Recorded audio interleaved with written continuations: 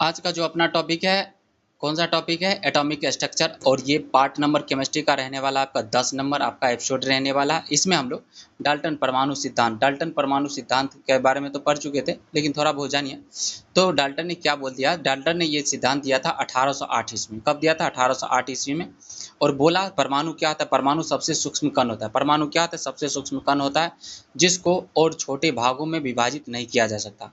ठीक है ना। परमाणु क्या होता है? परमाणु सूक्ष्म कण होता है। परमाणु क्या होता है? आपका सूक्ष्म कण होता है और इसे छोटे भागों में विभाजित नहीं किया। परमाणु क्या होता है? सबसे सूक्ष्म कण होता है। परमाणु क्या होता है? आपका सबसे सूक्ष्म कण होता है। परमाणु सबसे सूक्ष्म कण होता है और इसको छोटे और छोटे भागों में विभाजित नहीं किया जा सकता। परमाणु क्या होता है? सूक्ष्म कण होता है और इसको और छोटे भागों में विभाजित नहीं किया जा सकता है। ठीक है ना। और छोटे भागों में इसको विभाजित नहीं किया, ऐसा बात बोल दिया। ठीक है ना। अब चलिए हम लोग माइकल फ्राडे का एक प्रयोग था, उससे हम लोग इसको समझने का प्रयास करते हैं कि किस प्रकार से। वो तो बोल दिया कि इसमें परमाणु सबसे छोटा कण है, इसको विभाजित नहीं किया जा सकता है, लेकिन आगे जाके इलेक्ट्रॉन, प्रोटॉन, न्यूट्रॉन, ठीक है ना, बहुत सारे कई पार्टिकल्स इससे निकले। ठीक है ना। तो पहले समझते हैं हम लोग माइकल फ्राडे का एक प्रयोग कहता क्या। अब देखो, जब एक्सपेरिमेंट किया ना, इलेक्ट्रोलाइसिस की बात करते हैं। जब किसी लिक्विड से हम लोग इलेक्ट्रिसिटी पास करवाते हैं, ये इलेक्ट्रोलाइसिस की घटना कहलाती है। ठीक है ना। ये क्या कहलाती है? इलेक्ट्रोलाइसिस की घटना कहलाती है। अब उसमें कोई भी पदार्थ उसमें क्या कर सकते हो? मिला सकते हो। तो क्या इसमें एक्सपेरिमेंट में क्या क्या निकलता है, नहीं निकलता है, वो एक्सपेरिमेंट के बाद की प्रोसेस, बाद का जो आपका प्रोडक्ट की बात बाद में हम लोग करें। ठीक है ना। तो चलिए, अब दो इलेक्ट्रोड लिए, एक है आपका निगेटिव और दूसरा क्या आपका पॉजिटिव। ठीक है ना। इलेक्ट्रोलाइसिस की कंडीशन में आपका निगेटिव वाला क्या कहलाएगा? निगेटिव वाला आपका कैथोड कहलाएगा, पॉजिटिव वाला आपका एनोड कहलाएगा। ठीक है ना। पॉजिटिव वाला क्या जाएगा? एनोड, और निगेटिव वाला क्या जाएगा? आपका कैथोड।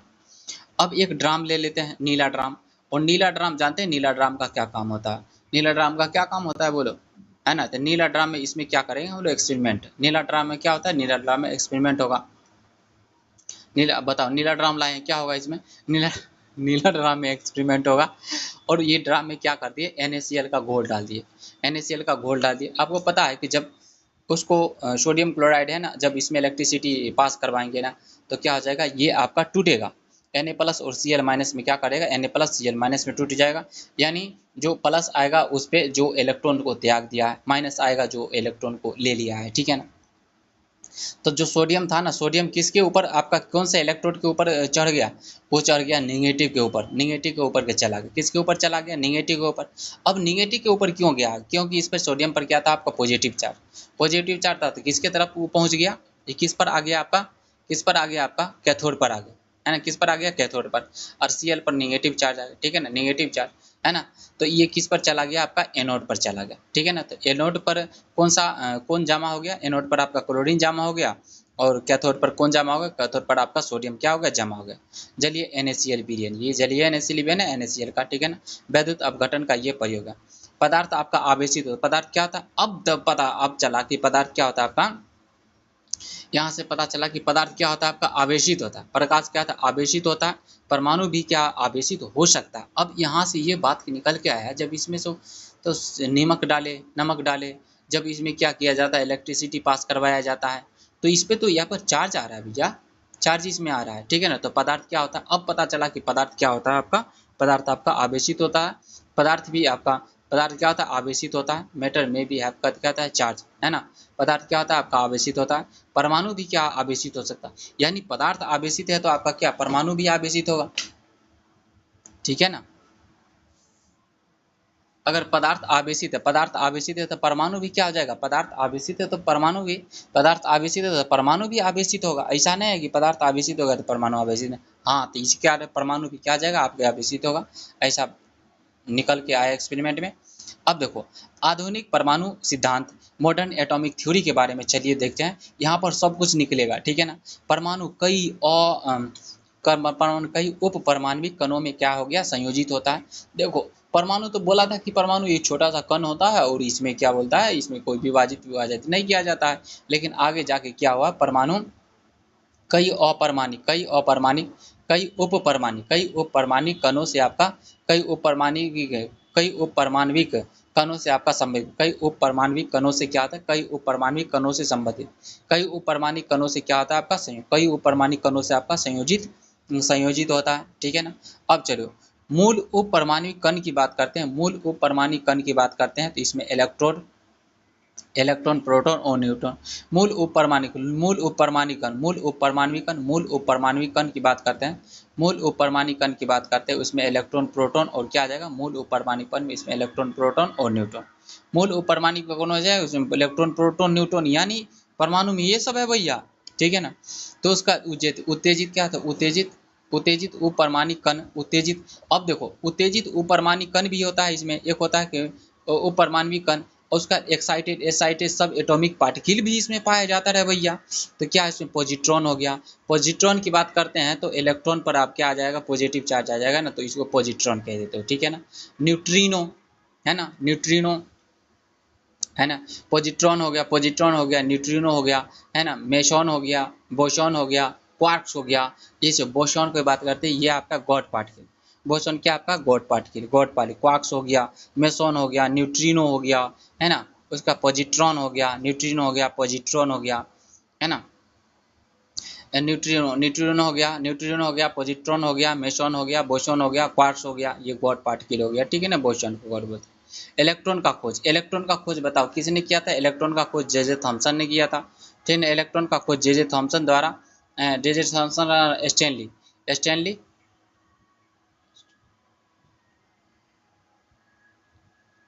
देखिए,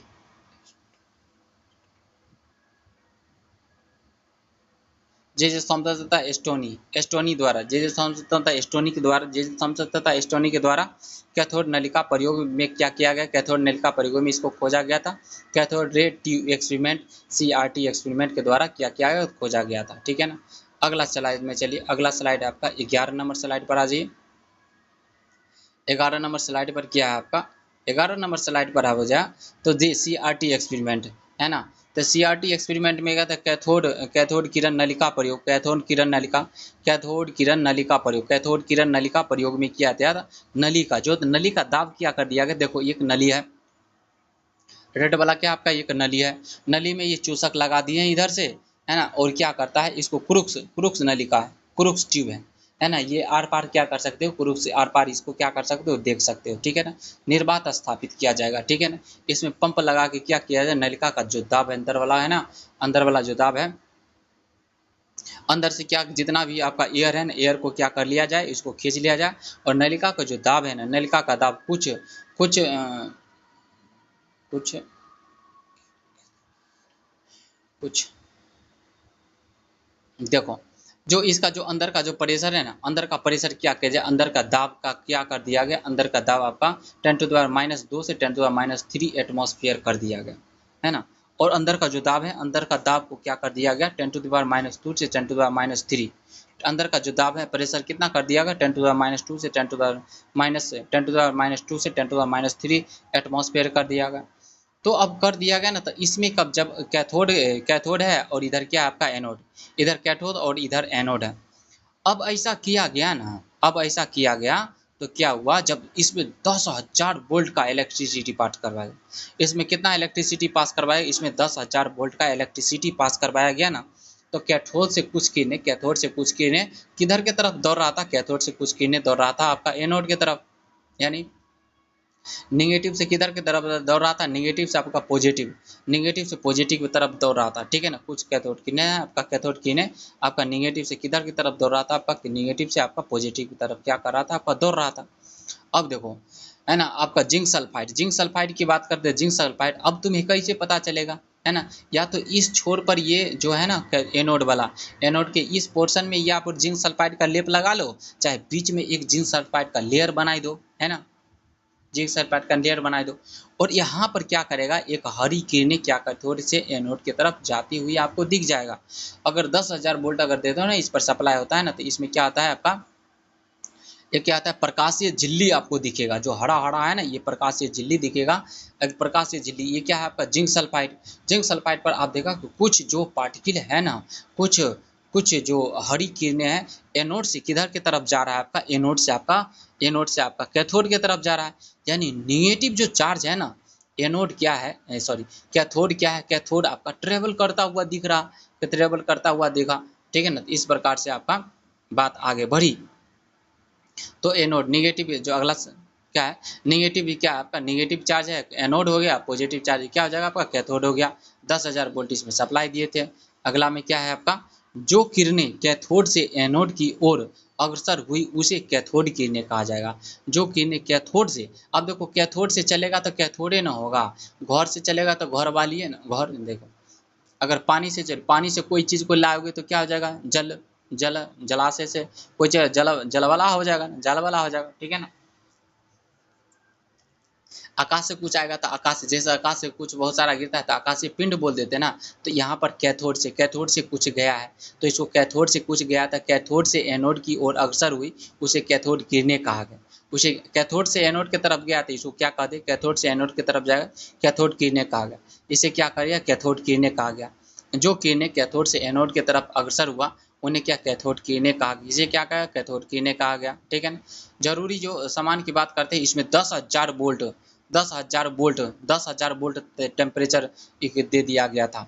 और एटमॉस्फेरिक प्रेशर जो कम दाब और उच्च विभव, जो एटमॉस्फेरिक जो दाब था ना उसको एकदम कम कर दिया गया, 10⁻² से 10⁻³ एटीएम तक कर दिया गया इसको, ठीक है ना। और उच्च विभव हाई पोटेंशियल है ना, और लो प्रेशर, एकदम प्रेशर इसमें क्या कर दिया, एकदम लो कर दिया गया है ना। प्रेशर एकदम लो है, एकदम वैक्यूम क्लियर पूरा है, और उच्च विभव है, हाई पोटेंशियल है इसका, ठीक है ना। तो इस प्रकार से निकाला गया एक्सपेरिमेंट। अगला स्लाइड चलिए, अगला स्लाइड, कैथोड किरणें का गुणधर्म। आप बताओ कैथोड किरणें का क्या गुणधर्म था।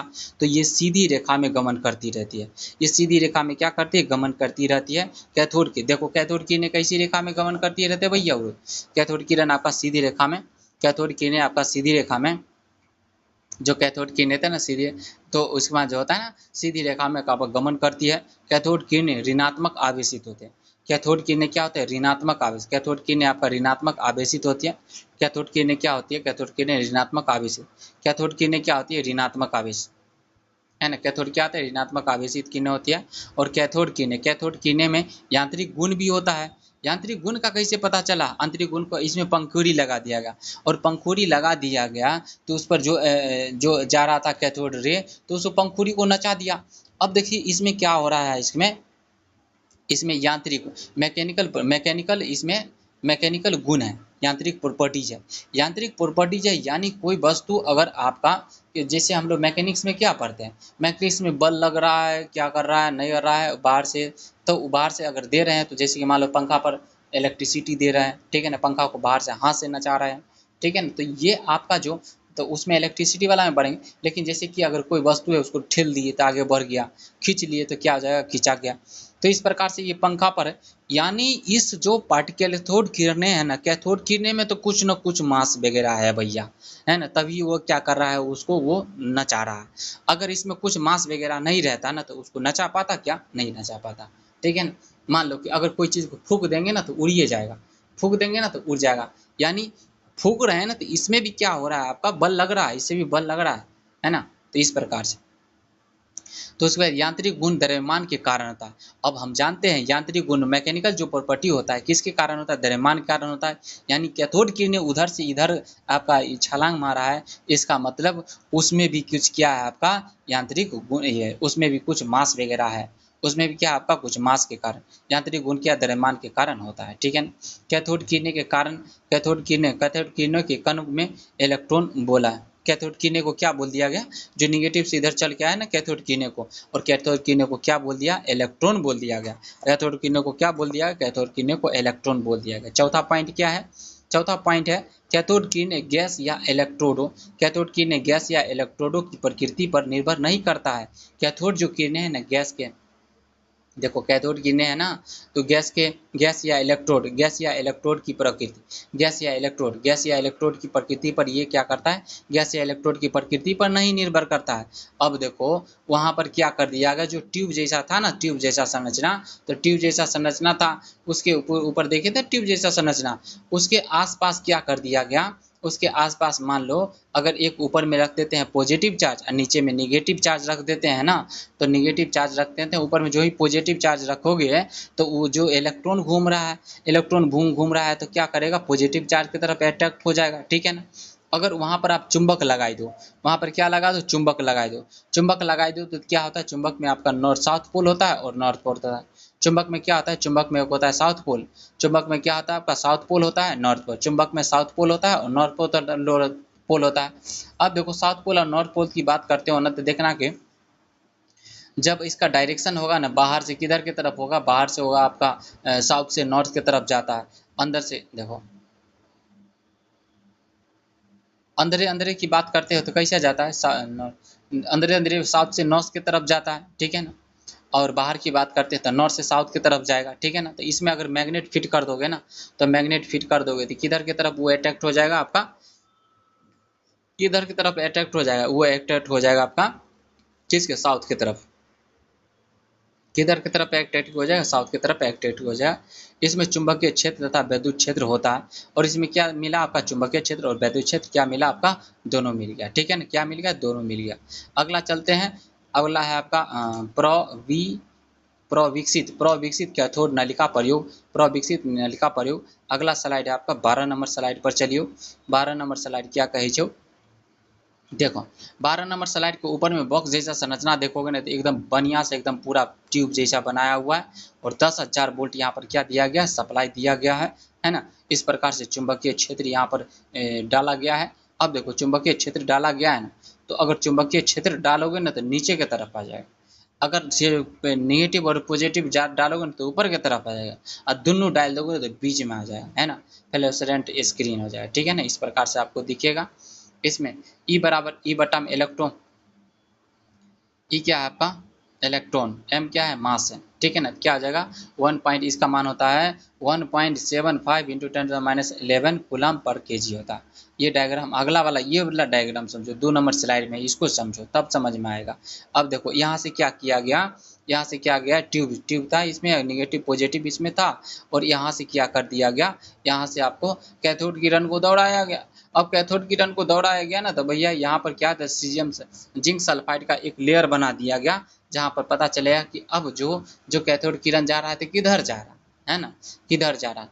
अब देखो जब हम लोग पॉजिटिव निगेटिव का दिए थे तो ए की तरफ पहुंचा था, पॉजिटिव निगेटिव जब यहाँ पर जैसे चुंबक लगाए हुए ना तो पॉजिटिव नेगेटिव दिए थे तो ए की तरफ पॉइंट ए पर चला गया था, है ना। जब हम लोग चुंबक लगाए थे ना, एक नॉर्थ ऊपर रखे थे साउथ नीचे रखे थे, तो कहाँ पर चल गया था आपका, बी पॉइंट पर चला गया था, बी पॉइंट पर जाता हुआ दिखा था, क्योंकि जिंक सल्फाइड को वहाँ पर लेयर लगा रखे हैं, हमको पता चलेगा उधर, ठीक है ना। और जब दोनों लगा लोगे ना तो बीचों बीच क्या करेगा, बीचों बीच आपका प्रेरित आ जाएगा, क्या आ जाएगा, बीचों बीच आपका प्रेरित हो जाएगा, क्या आ जाएगा, बीचों बीच प्रेरित हो जाएगा। इसको क्या हो जाएगा, इलेक्ट्रिक बीम बीचों बीच बनाएगा, ठीक है ना। इस प्रकार से बना जाएगा। तो वैद्युत क्षेत्र क्या आ जाएगा, ए जो बिंदु है उसकी इसको डिनोट करता है, बिंदु ए है वैद्युत क्षेत्र को डिनोट करता है, और बिंदु बी है चुंबकीय क्षेत्र को डिनोट करता है। बिंदु बी किसको डिनोट करता है, बिंदु बी चुंबकीय क्षेत्र को डिनोट करता है, और जो विद्युत ए क्या है आपका विद्युत क्षेत्र को डिनोट करता है, ए किसको डिनोट करता है, विद्युत क्षेत्र को, ए डिनोट करता है विद्युत क्षेत्र को, बी डिनोट करता है चुंबकीय क्षेत्र को, ए डिनोट करता है विद्युत क्षेत्र को, ए डिनोट करता है किसको, विद्युत क्षेत्र को, और बी डिनोट करता है आपका चुंबकीय क्षेत्र को, ठीक है ना। अगला चलिए, जब कैथोड किरण सीधी जाएगी, जब कैथोड किरण सीधी जाएगी ना, जब कैथोड किरण सीधी जाएगी तो इलेक्ट्रिक फील्ड और मैग्नेटिक फील्ड दोनों हो जाएगा। विद्युत अस्थायी बल इलेक्ट्रोस्टैटिक फोर्स भी लगेगा और मैग्नेटिक फोर्स भी लगेगा, इलेक्ट्रिक फोर्स और मैग्नेटिक फोर्स दोनों लगेगा, इलेक्ट्रोस्टैटिक फोर्स लगेगा और मैग्नेटिक फोर्स लगेगा, इलेक्ट्रोस्टैटिक फोर्स और मैग्नेटिक फोर्स दोनों लगेगा जब दो सीधा रेखा में जाएगा तो, ठीक है ना। जब सीधी रेखा में जाएगा तो इलेक्ट्रिक फोर्स को एफ ई से डिनोट करते हैं और मैग्नेटिक फोर्स को एफ एम से डिनोट करते हैं, चुंबकीय बल को एफ एम से। यानी जब दोनों बराबर होगा तभी तो सीधा रेखा में जाएगा रे भैया, अगर दोनों बराबर नहीं होगा तो सीधा रेखा में जाएगा रे भैया, नहीं जाएगा ना। तो एफ ई बराबर क्या आ जाएगा आपका, एफ एम, एफ ई बराबर क्या आ जाएगा, एफ एम। तो एफ ई बराबर क्या आ जाएगा, एफ ई बराबर क्या आता है, एफ ई बराबर क्या आता है इलेक्ट्रोस्टैटिक फोर्स, एफ ई बराबर होता है आवेश गुना क्या होता है, विद्युत क्षेत्र। एफ ई बराबर क्या होता है, आवेश गुना क्या होता है, विद्युत क्षेत्र। एफ ई बराबर क्या होता है, इलेक्ट्रिक फोर्स, इलेक्ट्रिक फोर्स बराबर क्या होता है, electric force electrostatic force, electrostatic force का फार्मूला होता है ना, इलेक्ट्रोस्टैटिक फोर्स का फार्मूला आता है ना, आवेश आवेश गुना क्या होता है, एफ ई बराबर क्या आता है, इलेक्ट्रोस्टैटिक फोर्स क्यू ई लिखते हैं हम लोग, वहाँ पर क्या लिखते थे फिजिक्स में, क्यू ई लिखते थे, ठीक है ना। क्यू क्या लिखते थे, क्यू ई लिखते थे। वहाँ पर जो एफ एम है ना क्यू भी लिख देते, ठीक है ना। यहाँ पर इलेक्ट्रॉन ई क्या है आपका, ई आवेश को डिनोट करता है, ठीक है ना। तो एफ ई बराबर क्यू ई लिख दो, या फिर जो इलेक्ट्रिक फोर्स होता है ना, इलेक्ट्रोस्टैटिक फोर्स होता है ना, क्यू इंटू क्या होता है, क्यू इंटू ई होता है। तो आवेश गुना क्या होता है, विद्युत क्षेत्र होता है। आवेश गुना क्या होता है, विद्युत क्षेत्र। और एफ एम मैग्नेटिक फील्ड की बात करते हैं, तो मैग्नेटिक चुंबक मैग्नेटिक फोर्स की बात करते हैं, एफ एम की बात करते हैं, मैग्नेटिक फोर्स की बात एफ एम की बात करते हो, क्यू भी बी, वहाँ लिखते थे क्यू भी बी, लेकिन यहाँ पर ई लिख दिया गया है, तो चलो ई मान लो, ठीक है ना।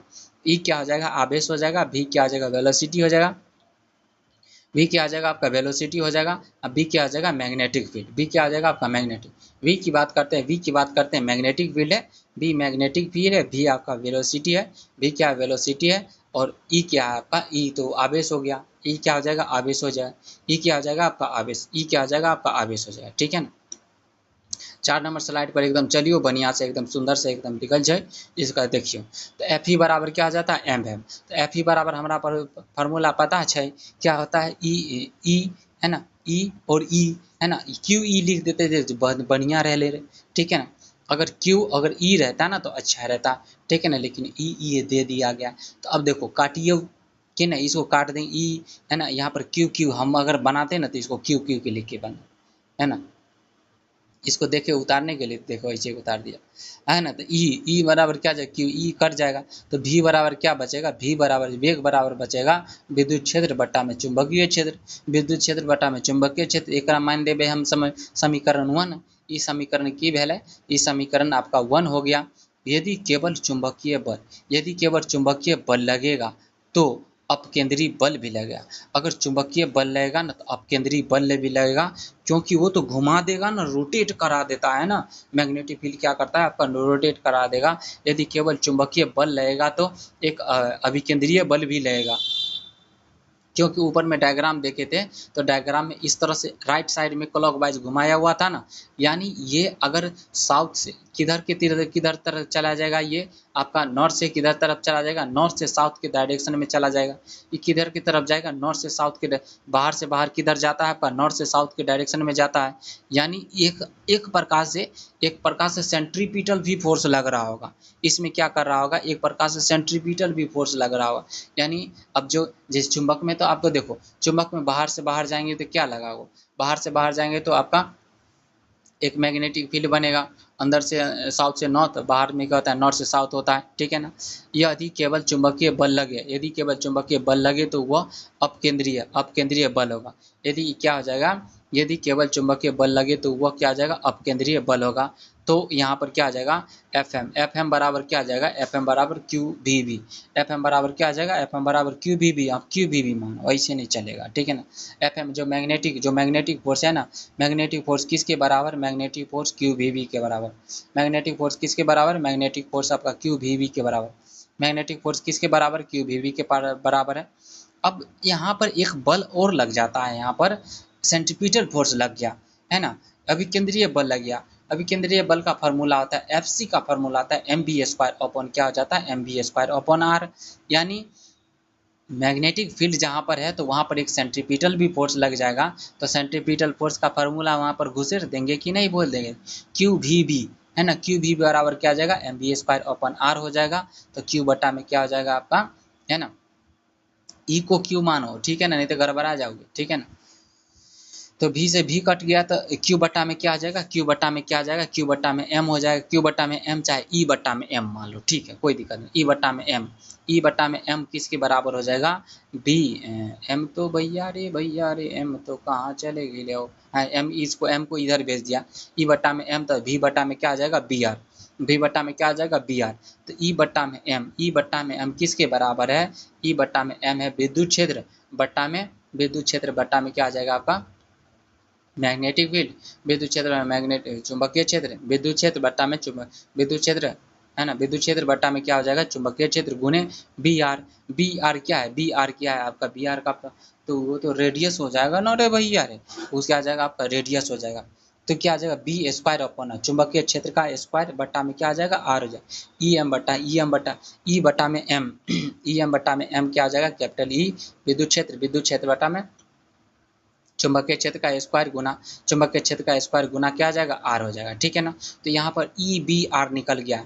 ई क्या है आपका विद्युत क्षेत्र, ई बराबर क्या है विद्युत क्षेत्र, बी बराबर क्या है, बी बराबर आपका बी बराबर क्या है मैग्नेटिक, बी बराबर है चुंबकीय क्षेत्र, आर क्या है आपका रेडियस, आर क्या है रेडियस, ई बट्टा में एम किसके बराबर निकल के आएगा, ई बट्टा में एम जो है ना, ई क्या है आपका आवेश, आवेश बट्टा में क्या होता है द्रव्यमान, आवेश बट्टा में द्रव्यमान, आवेश द्रव्यमान का अनुपात कितना होता है, एक पॉइंट आपको ध्यान रखो, आवेश और द्रव्यमान का अनुपात होता है 1.75, आवेश आवेश और आवेश और द्रव्यमान का अनुपात, आवेश और द्रव्यमान का अनुपात होता है, आवेश और द्रव्यमान का अनुपात, आवेश और द्रव्यमान का अनुपात होता है 1.75, आवेश और द्रव्यमान का अनुपात होता है 1.75, आवेश और द्रव्यमान का अनुपात होता है, आवेश और द्रव्यमान का अनुपात होता है 1.75 इंटू 10⁻11 11 कूलाम पर केजी, 11 कूलाम पर केजी, है ना। आवेश है ना, आवेश आवेश और चुंबक, आवेश और आपका आवेश और द्रव्यमान, आवेश और द्रव्यमान, अरे भैया वो एम द्रव्यमान है रो, एम द्रव्यमान, आवेश और द्रव्यमान, एम द्रव्यमान, एम क्या है द्रव्यमान, आवेश और द्रव्यमान, आवेश और द्रव्यमान का जो अनुपात होता है, आवेश और अनुपात का अनुपात होता है 1.7, आवेश और अनुपात, आवेश और द्रव्यमान का अनुपात होता है 1.75, 1.75 into 10⁻11, 1.75 into 10⁻11, 1.75 into 10⁻11 coulomb per KG, 1.75 into 10⁻11 coulomb per KG, 1.75 1.75 into 1.75 into 10⁻11, 1.75 into 10⁻11, 1.75 into 10⁻11, 1.75 into 10⁻11 coulomb per KG हो जाएगा, ठीक है ना। इसका अनुपात निकाल लिए रे भैया। तो चलो अगला पॉइंट क्या पर आ जाओ, अगला हम लोग पढ़ेंगे, तो इतना तो बात मान निकाल लिया, अब यही हमको मान निकालना था, है ना, मैं मान निकाल लियो ना। अगला चलिए, अगला मिल्कन, ये तो इसका नियम हम लोग पढ़ लिए, अब मिल्कन का नियम पढ़ो। मिल्कन का नियम क्या था, तो इसमें हम लोग फार्मूला ई बराबर ई एम बटा में 1.75 10⁻11 कूलम पर केजी, तो ये निकल के आ गया। अब एक फार्मूला लिख रहे हैं मिल्कन, मिल्कन का तेल बिंदु आवेश, मिल्कन का तेल बिंदु प्रयोग, मिल्कन का तेल बिंदु प्रयोग, मिल्कन का तेल बिंदु प्रयोग, मिल्कन का तेल बिंदु प्रयोग, मिल्कन का तेल बिंदु प्रयोग, मिल्कन का तेल बिंदु प्रयोग। अब देखते हैं वो फोफा जैसा लगा दिया गया है ना, वो है आपका जैसे सैलून में जाते होंगे ना, तो इसमें इसको फुहारा मारता है वो वाला, ठीक है ना। और नीचे है एक्सरे, है ना, टेलीस्कोप लगा दिए, एक्सरे भी डालेंगे। चलो ये वाला डायग्राम समझो, ठीक है ना। ये देखो ऊपर में क्या है आपका एटोमाइजर, ऊपर में क्या है एटोमाइजर, वहाँ से तेल का क्या मारेंगे, फुहारा मारेंगे, ठीक है ना। और नीचा में लगा दिए टेलीस्कोप लगा दिए, टेलीस्कोप कौन सी होता है बताइए, है ना। और नीचा में एक्सरे, एक्सरे ट्यूब है, एक्सरे यहाँ से क्या करेंगे, एक्सरे डिफ्लेक्टर। अब हल्का हल्का क्या मारेंगे, फुहारा मारेंगे। और ये क्या है आपका ब्लू डिब्बा, है ना, कौन डिब्बा है आपका, ग्रीन ब्लू डिब्बा, है ना, ब्लू डिब्बा, ये कौन सा है आपका ब्लू डिब्बा है ना, कौन सा डिब्बा है आपका ब्लू डिब्बा है। ब्लू डिब्बा का क्या काम होता है बताओ, तो ब्लू डिब्बा उसमें क्या करते हैं हम लोग, इसमें एनोड पॉजिटिव चार्ज और कैथोड क्या आ जाएगा आपका नेगेटिव चार्ज। अब देखो यहाँ पर क्या देखो, हाई करंट, इसमें हाई वोल्टेज क्या करते हैं, इसमें पास करवा रहे हैं, तो इलेक्ट्रिक फील्ड। अब देखो इसमें जो बीच वाला एक है ना, बीच में एक बूंद आके अटक जाएगा, बूंद बीच में आकर अटक जाएगा ना, तो अब देखो एक जो एक्सरे है ना, तो एक फोर्स लगाएगा ऊपर की तरफ भी लगाएगा, ठीक है ना, उसको क्या बोलते हैं हम लोग, इलेक्ट्रिक फोर्स। क्या हो जाए, इलेक्ट्रिक फोर्स, ऊपर की तरफ ठेलेगा ना, ऊपर की तरफ माइनस, ऊपर की तरफ ठेलेगा, है ना, नेगेटिव ऊपर की तरफ ले जाएगा। अब देखो, अब ऊपर की तरफ ठेलेगा, अब नीचे में भी एक फोर्स लगेगा, क्या लगेगा आपका ग्रेविटेशनल फोर्स, एक लगेगा तुम्हारा इलेक्ट्रिक फोर्स, है ना, इलेक्ट्रिक फोर्स, और दूसरा में क्या लगेगा आपका इलेक्ट्रिक फोर्स है, इलेक्ट्रिक फोर्स है ना, एक इलेक्ट्रिक फोर्स है, और दूसरा में क्या आ जाएगा ग्रेविटेशनल फोर्स है।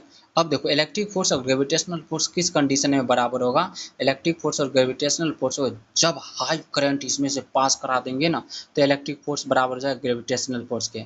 बिंदु कहाँ पर अटक जाएगा, बिंदु बीच में ही क्या आ जाएगा रहेगी, बीच में ही क्या कर जाएगा अटक जाएगा, ना तो ऊपर हिलेगा ना ही नीचा हिलेगा, ठीक है ना।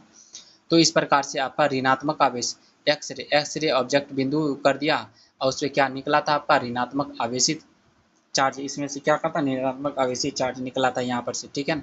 इसको क्या बीचे में अटका दिया, अब बीच में अटका दिया तो अब हमको क्या पता होना चाहिए, इलेक्ट्रिक फोर्स और आपका जो है ग्रेविटेशनल फोर्स दोनों तो बराबर होने चाहिए उड़ो, ठीक है ना।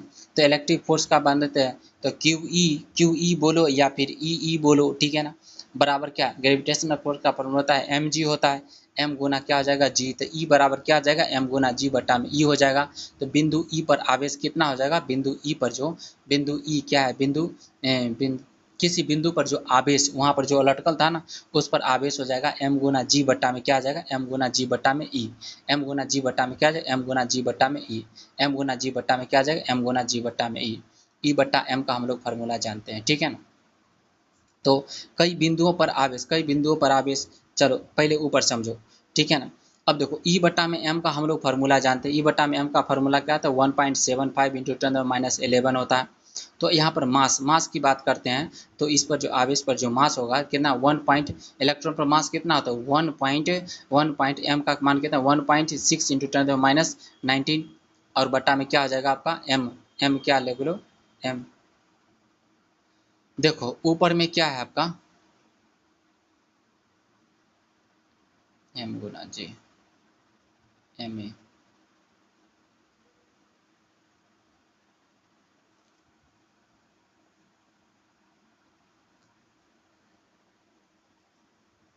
चलो एम ई की बात मास ऑफ इलेक्ट्रॉन की बात करते हैं, मास ऑफ इलेक्ट्रॉन की बात करते हैं।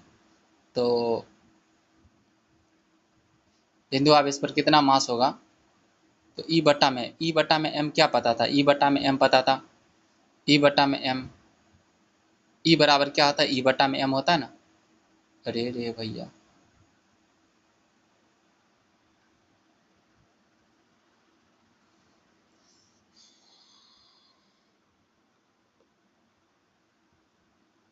ई बराबर क्या था एम गुना जी, ई बटा में क्या जाए एम जी। तो एम ई का मान आपको पता है मैग्नेटिक, तो इसमें क्या आ जाएगा 1.6 मास ऑफ इलेक्ट्रॉन। देखो मास ऑफ इलेक्ट्रॉन कितना होता है, मास ऑफ इलेक्ट्रॉन होता है 9.1 इंटू 10⁻31 kg होता है, इतना तो पता है। तो मास ऑफ इलेक्ट्रॉन अब किसके रिस्पेक्ट में हमको निकालना है, इसमें आवेश बटा में द्रव्यमान के आवेश बटा में द्रव्यमान के रिस्पेक्ट में कितना हो जाएगा, आवेश बटा में द्रव्यमान के रिस्पेक्ट में कितना हो जाएगा, आवेश बटा में द्रव्यमान के रिस्पेक्ट में होता है आपका 1 पॉइंट, आवेश बटा में द्रव्यमान के रिस्पेक्ट में जो होता है आपका कितना होता है 1.75 इंटू 10⁻11 कूलम पर केजी होता है, ठीक है ना। अब देखो तो आपका जो इलेक्ट्रॉन पर जो आवेश होता है 1.6 इंटू 10⁻19 कूलम होता है, बट्टा में क्या आ जाएगा आपका, बट्टा में क्या आ जाएगा, बट्टा में क्या आ जाएगा इलेक्ट्रॉन के इधर चले एटम में क्या आ जाएगा 1.75, 1 पॉइंट क्या आ जाएगा 75 इंटू 10 बार 1.75 इंटू 10⁻11 है ना। ये क्या आ जाएगा मास ऑफ इलेक्ट्रॉन, क्या हो जाएगा ये आपका मास ऑफ इलेक्ट्रॉन आ जाएगा यहाँ से, ठीक है। अब देखो कई बिंदुओं पर जो आवेश है ना, कई बिंदुओं पर आवेश की बात करते हैं तो कई बिंदुओं पर जो आवेश है ना आपका E1 E2 E3 कई रहेगा, E1 E2 जो यहाँ पर निकाले हैं एम गुने जी बटा में ही, कई बिंदुओं पर आवेश है E1 E2 E3। अब इसको आवेश को क्या करोगे, किसी आपको नेचुरल नंबर से क्या करोगे, होल नंबर से आपका डिवाइड करोगे, सबका मान क्या आ जाएगा, सबके मान सेम आएगा।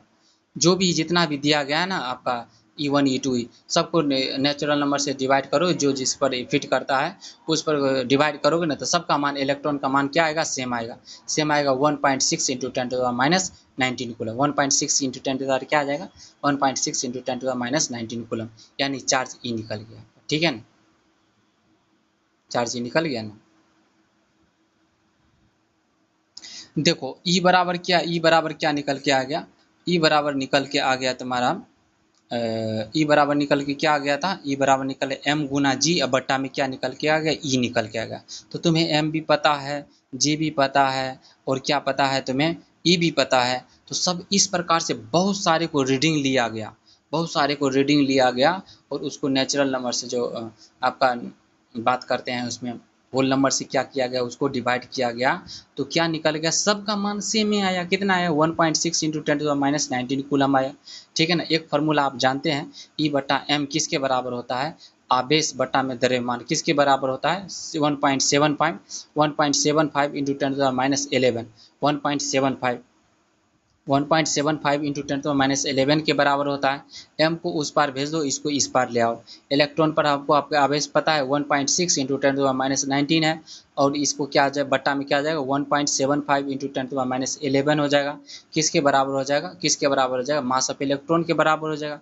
और मास ऑफ इलेक्ट्रॉन आपको पता है कितना है 9.1 इंटू 10⁻31 kg। यहाँ पर हम लोग दोनों चीज़ क्या कर लिए, प्रूव कर लिए, ठीक है ना। इसको बार बार देखिएगा, ठीक हो जाएगा।